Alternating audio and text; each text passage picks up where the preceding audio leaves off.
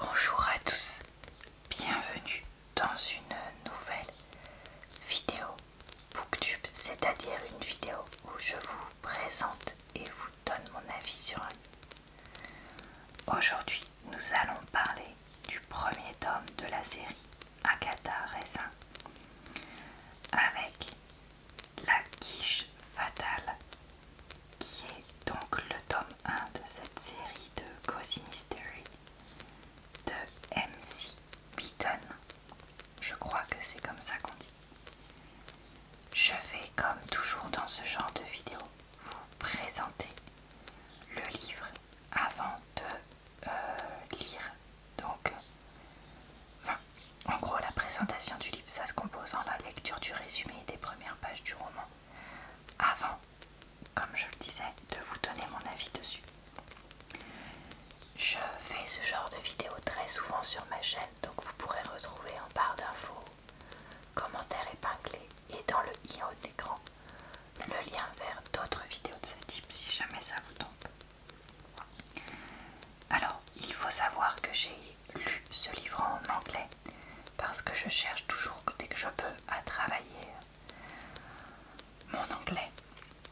Mais comme il a été traduit en français, je vais pouvoir vous donner mon avis en français. Donc pas d'inquiétude là-dessus.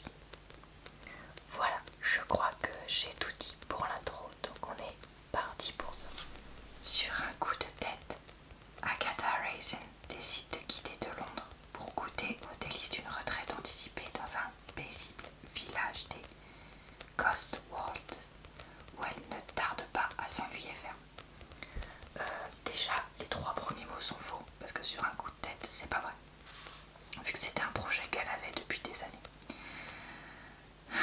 Les résumés. Bref, afficher ses talents de cordon bleu au concours de cuisine de la paroisse devrait forcément la rendre populaire. Mais à la première bouchée de sa superbe quiche, l'arbitre de la compétition s'effondre et Agatha doit révéler l'amère vérité. Elle a acheté la quiche fatale chez un traiteur. Pour se disculper, une seule solution: mettre la main à la pâte et démasquer elle-même l'assassin. Voilà pour le résumé. Chapitre 1. Miss Agatha Raisin était assise à son bureau désormais vide de South Molton Street, Mrs. donc elle est mariée, dans le quartier de Mayfair à Londres. De la réception lui parvenait le bourdonnement des conversations et le tintement des verres du personnel qui s'apprêtait à lui faire ses adieux, car Agatha prenait une retraite anticipée. Elle avait bâti son agence de relations publiques au prix de longues années de l'hurlapeur, laissant loin derrière elle la petite fille d'ouvrier de Birmingham qu'elle était autrefois. Elle avait survécu à un mariage malheureux dont elle était sortie meurtrie, certes, mais aussi déterminée à réussir dans la vie. Les efforts qu'elle avait déployés dans son travail tendaient tous à la réalisation d'un rêve, un cottage dans les Cotswolds. Donc, vous voyez, dès les 2 premiers paragraphes, on nous montre que c'est pas sur un coup de tête. Les Cotswolds dans les Midlands de l'Angleterre sont sans nul doute l'une des rares merveilles du monde issues de la main de l'homme, avec leur pittoresque village de maisons en pierre dorée, leurs jolis jardins, leurs petites routes sinueuses et verdoyantes, et leurs églises anciennes. Agatha y avait effectué un bref séjour enchanteur lorsqu'elle était enfant, et même si ses parents avaient détesté l'endroit et déclaré qu'il aurait mieux fait de partir comme d'habitude, dans un camp de vacances de Butlin, les Cotswolds représentait à ses yeux tout ce qu'elle avait toujours désiré: la beauté, la tranquillité et la sécurité.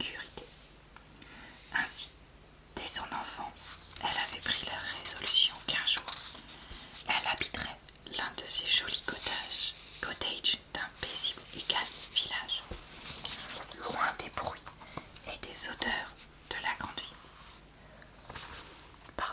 Durant toutes ces années où elle avait vécu à Londres, elle n'avait jusqu'à récemment retourné dans les Cotswolds, préférant garder le rêve intact. Et voilà qu'elle avait fait l'acquisition du cottage idéal dans le village de Kersley. Un nom regrettement banal comparé à tous ces noms intrigants qu'étaient Chipping comme Penn, Aston, Magna ou Lower Slaughter, mais le cottage était parfait et le village ne se trouvant pas sur les circuits touristiques. Il était épargné par les boutiques d'artisanat, les salons de thé et les groupes en excursion pour la journée. Âgée de 53 ans, Agatha avait des cheveux châtains quelconques, un visage carré tout aussi quelconque et une silhouette trapue. Elle s'exprimait avec l'accent le plus distingué qui soit, sauf dans les moments de détresse ou d'excitation, où les intonations nasillardes, héritées de sa jeunesse à Birmingham, perçaient sous le vernis Mayfair de sa diction.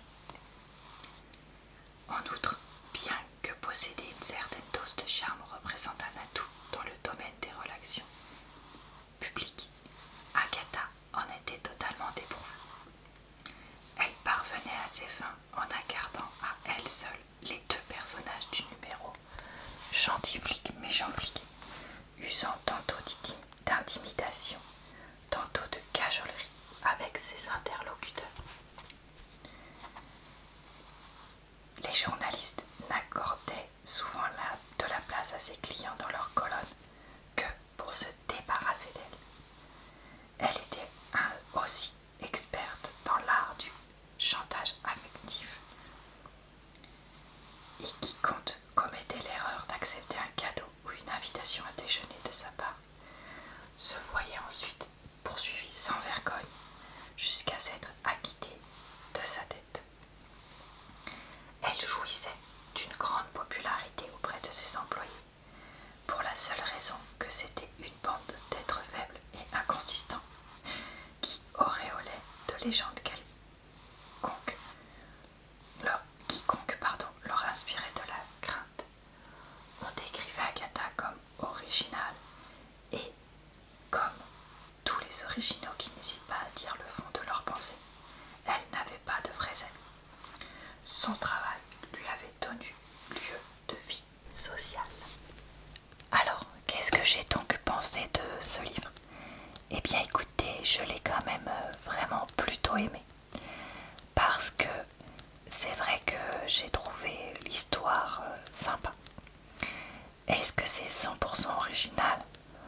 Non, dans le sens où il y a déjà Miss Marple ou d'autres qui ont déjà existé dans cette idée de la vieille femme à la retraite qui se met à résoudre des meurtres pour aider la police, vu qu'elle n'a rien d'autre à faire de ses journées. Mais après, écoutez, il y avait quand même un côté marrant et en même temps divertissant dans ce livre. Ça a été écrit dans les années 90 et c'est vrai que ça se ressent pour un certain nombre de choses.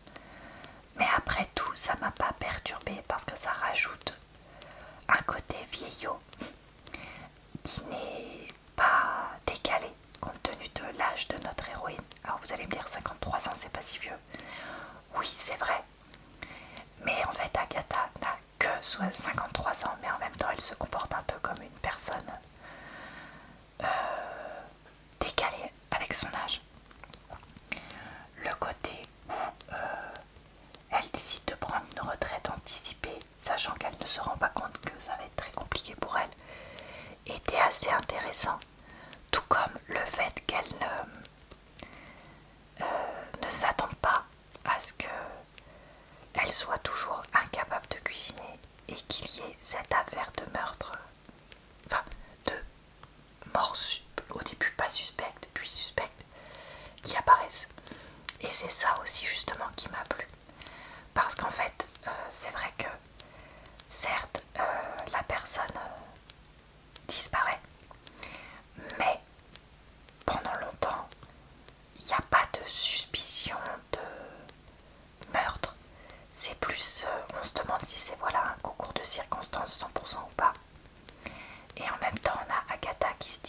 est-ce que je vais réussir à m'habituer à ce village? Est-ce que mon ancien ami Roy va continuer à être mon ami ou pas? Enfin bref, ça apporte plein d'autres sujets. Et comment dire, ça installe vraiment l'histoire. Alors je sais que les Agatha Raisins, il y en a plein. Donc voilà, je vais pouvoir les lire au fur et à mesure. C'est vrai que je sais que cette série est populaire, donc c'est aussi pour ça que je voulais la tester, parce que le côté Cozy Mystery, je me disais pourquoi pas. J'avais déjà essayé d'en lire un une fois que j'ai d'ailleurs jamais terminé, et ça m'avait plutôt plu. Plus j'avais lu un des Miss Marple qui m'avait aussi un peu intriguée. Mais là, j'avais vraiment envie de commencer par le 1, donc je suis contente d'avoir pu le trouver à la bibliothèque. J'ai déjà en ma possession le 2 que j'avais trouvé dans un Emmaüs ou un truc comme ça. Donc sachez que je vais continuer cette série et que je le lirai dans quelques semaines. Après, est-ce que c'est le livre de tous les temps? Non. Parce qu'il y a quand même des choses où je sais pas, je suis pas 100% convaincue, mais j'attends de voir. Et sinon, le fait que je l'ai lu en anglais, c'était pas toujours facile pour moi, parce que c'est le genre de livre qui utilise un anglais un peu différent de ce que j'ai l'habitude de lire. Donc ça, pareil, ça rajoutait un petit peu de difficulté. Mais voilà, je suis vraiment contente de l'avoir lu. Et comme j'ai dit, je vais continuer à en essayer d'autres, parce que ça me permet de changer un peu les genres de choses que je lis régulièrement. Voilà, et écoutez, ça va être tout pour cette vidéo. J'espère qu'elle vous a plu, relaxé, diverti. Je vous retrouve très vite sur ma chaîne pour une nouvelle vidéo d'avis de livres ou autre, mais également très souvent sur ma chaîne secondaire et mon compte TikTok. Je vous souhaite donc une bonne journée, une bonne nuit ou une bonne soirée, et je